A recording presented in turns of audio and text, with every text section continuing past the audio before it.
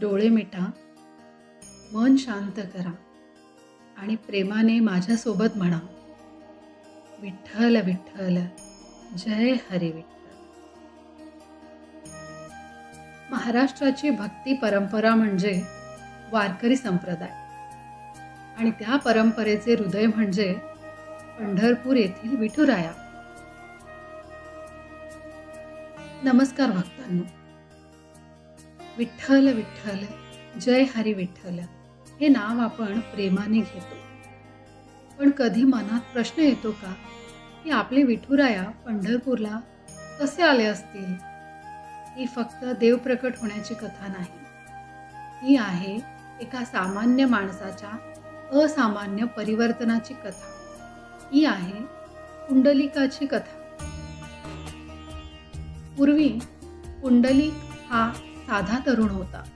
तो श्रीमंत नव्हता, पण त्याला संसाराची मोहिनी फार होती. त्याचे आई वडील वृद्ध झाले होते, पण पुंडलिक त्यांच्या सेवेकडे दुर्लक्ष करत असे. काही कथांनुसार तो पत्नीच्या प्रभावाखाली होता. त्याला वाटायचं, माझं आयुष्य माझं आहे, आई वडिलांची सेवा करणे म्हणजे माझा वेळ वाया घालवणे आहे. तो कधी कधी त्यांच्याशी खूप कठोर बोलायचा. त्यांच्या गरजा, त्यांची वेदना याकडे त्याचं लक्षच नसायचं. तो देवभक्त नव्हता असं नाही, पण त्याची भक्ती बाह्य स्वरूपाची होती.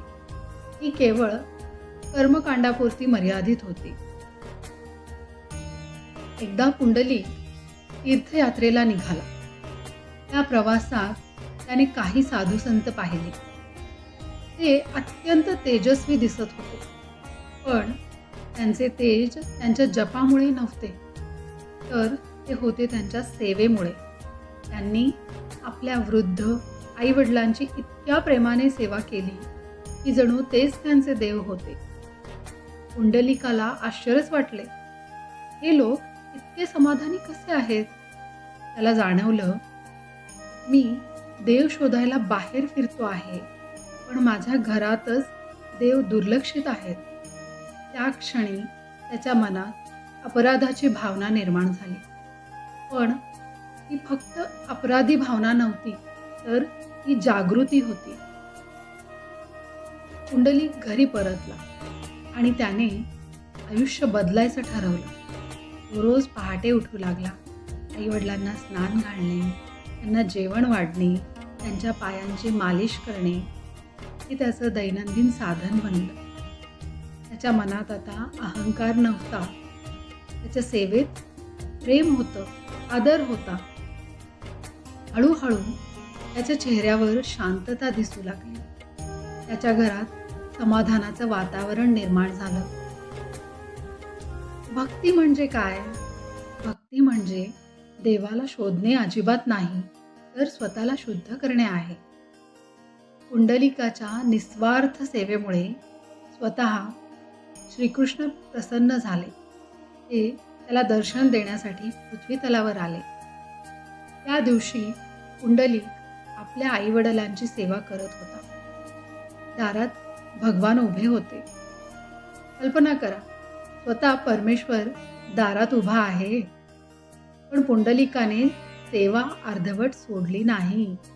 त्याने एक वीट पुढे सरकवली आणि म्हणाला, देवा, कृपया या विटेवर उभे राहा, मी आधी माझं कर्तव्य पूर्ण करतो. भगवान त्या विटेवर उभे राहिले, हात कमरेवर ठेवून भक्ताची वाट पाहत. त्या क्षणी भक्तीची पराकाष्ठाच झाली. देवाला भक्ताच्या सेवेसमोर थांबावं लागलं. तेव्हापासून ते विटेवर उभे असलेला विठोबा म्हणून प्रसिद्ध झाले. आज आपण त्यांना विठोबा म्हणतो. तेच हे विठ्ठल.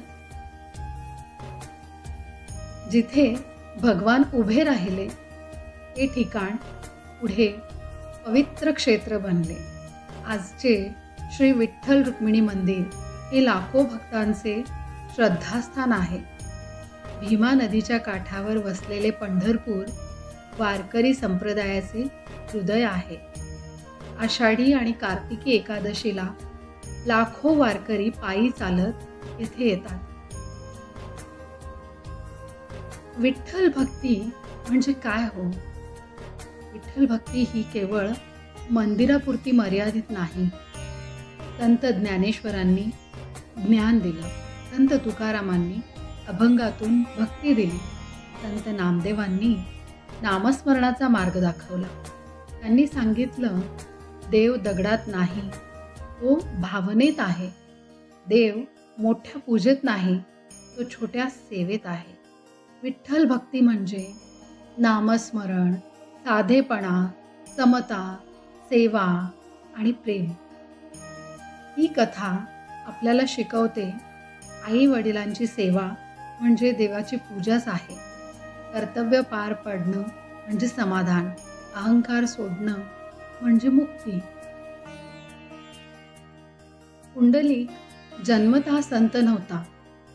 तो आपल्यासारखा सामान्य होता, पण त्याने स्वतःला बदललं आणि त्यामुळे देव त्याच्या दारात आले. आज आपण व्यस्त आहोत. मोबाईल, काम, सोशल मीडिया सगळ्यासाठी वेळ आहे, पण आई वडिलांसोबत बसायलाच वेळ नाही. त्यांचं ऐकायला वेळ आहे का? आपण देवाला शोधतो यात्रेत, पण घरातल्या देवाला दुर्लक्षित करतो. विठ्ठल आजही विटेवर उभा आहे, पण तो विचारतो आहे, तुमचं कर्तव्य तुम्ही नीट पार पाडलं आहे का? भक्तांनो, पंढरपूरला जाणं महत्त्वाचंच आहे, पण त्याहून महत्त्वाचं आहे आपल्या घरात पंढरपूर निर्माण करणं. जिथे प्रेम आहे, जिथे सेवा आहे, जिथे नामस्मरण आहे, तिथेच विठ्ठल आहे. चला, आज एक संकल्प करूया. दररोज काही क्षण आई वडिलांसाठी देऊया. दररोज काही वेळ नामस्मरणासाठी देऊया. कारण विठ्ठलाला मोठी पूजा नको, त्याला हवी आहे खरी भक्ती, खरी भावना. विठ्ठल विठ्ठल, जय हरी विठ्ठल.